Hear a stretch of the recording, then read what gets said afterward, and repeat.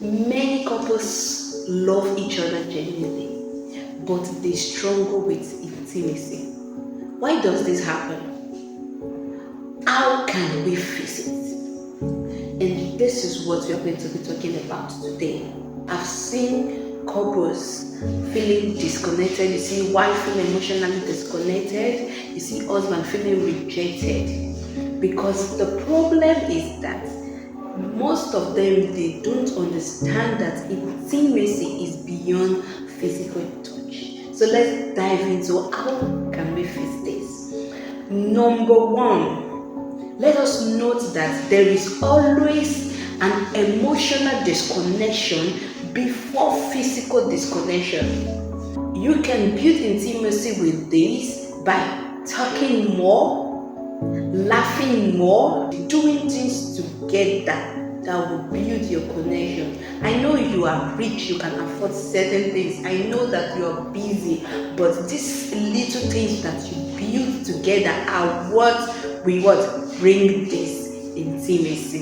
Number two, some couples feel guilty while enjoying intimacy with their partner. Sometimes due to teaching, sometimes due to misunderstanding, sometimes due to experiences. To face this, you have to know that God created intimacy in marriage. You don't have to feel guilty while engaging in intimacy. You can find that in Proverbs chapter 5, verses 18 to 19. Let us also know that stress and life pressure kill intimacy. So you have a personal work, you are a parent, you engage in daily stressful activities. All these reduce intimacy collectively. Individually they reduce intimacy, collectively they just kill it. So you have to know that everything is even structured to work against the intimacy if you are not cautious and if you don't make up your mind to ensure that you sustain the intimacy in your marriage. How do you do this? You schedule time to spend together. Make sure you don't leave it to chance. Don't allow time to decide if you are to spend time with your spouse. Don't allow fate. You have to carefully plan the schedule it.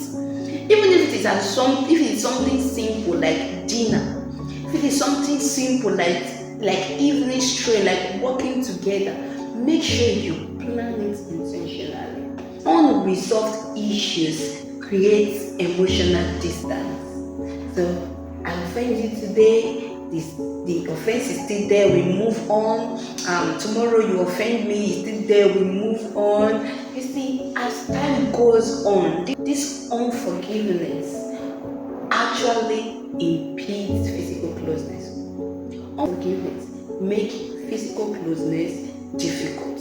So address issues openly.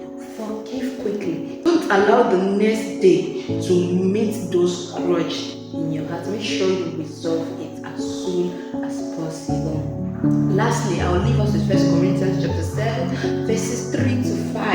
And that reminds us that husband and wife should not withhold intimacy from each other, because intimacy in marriage is very important and it is both physical and emotional. So make sure you strive to build intimacy in your marriage. So have you ever felt disconnected in your marriage before?